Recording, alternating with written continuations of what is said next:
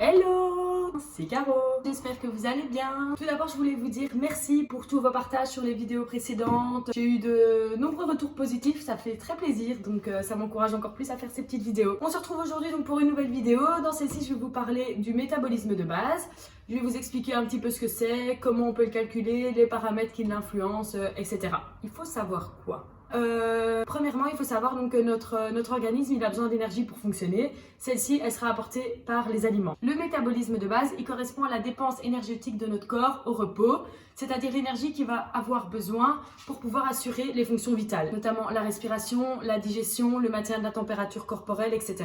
Le métabolisme de base, il représente environ 60% de la dépense énergétique totale. On peut le calculer grâce à des équations qui sont déjà définies. Je vous remettrai ces équations dans la barre d'infos, comme ça si vous voulez, vous pourrez les utiliser et calculer votre métabolisme de base. Elles tiennent compte de différents critères, notamment l'âge, le poids, la taille et le sexe. Il faut savoir donc que le métabolisme de base, il peut être influencé par différents paramètres.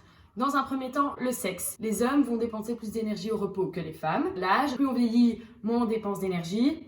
On a également les facteurs environnementaux, le stress, l'hyperactivité, l'activité physique, le froid. Tous ces paramètres vont augmenter le métabolisme de base. L'état physiologique, l'adolescence, la grossesse et principalement le 3e mois de grossesse. On a également certains régimes alimentaires qui peuvent l'influencer, notamment quand on fait des régimes trop drastiques.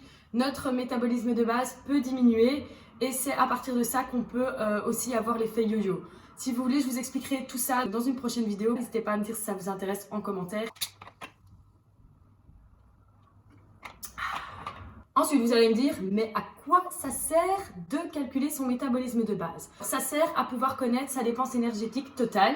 Une fois qu'on connaît sa dépense énergétique totale, on connaîtra le nombre de calories qu'on doit manger au quotidien.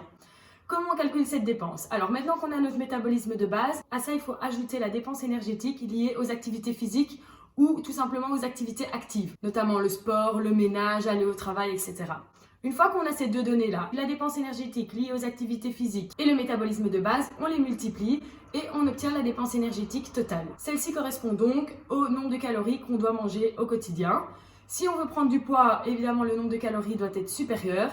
Si on veut perdre du poids, il doit être inférieur tout simplement. Voilà, j'espère que toutes ces informations vous auront un petit peu éclairé sur ce que c'est le métabolisme de base. N'oubliez pas, les équations sont en barre d'infos pour que vous puissiez le calculer. Si vous avez d'autres questions à ce sujet, n'hésitez pas à me les poser en commentaire. Vous pouvez également vous abonner à mon compte Instagram et à ma page Facebook. Je publie des recettes au quotidien pour vous inspirer. N'hésitez pas à vous abonner à ma chaîne. J'espère que cette vidéo vous a plu et on se retrouve très bientôt dans une nouvelle vidéo. Ciao tout le monde!